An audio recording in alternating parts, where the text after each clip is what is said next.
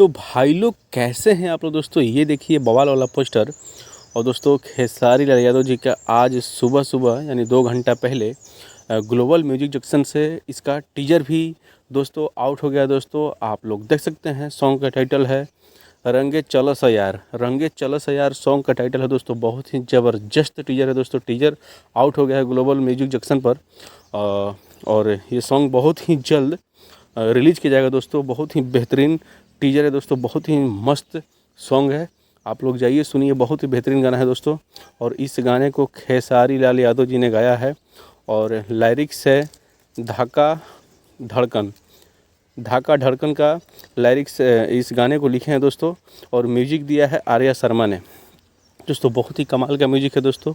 और इसमें जो एक्ट्रेस हैं उजाला यादव जी हैं, आप लोग देख सकते हैं। बहुत ही बेहतरीन गाना है दोस्तों।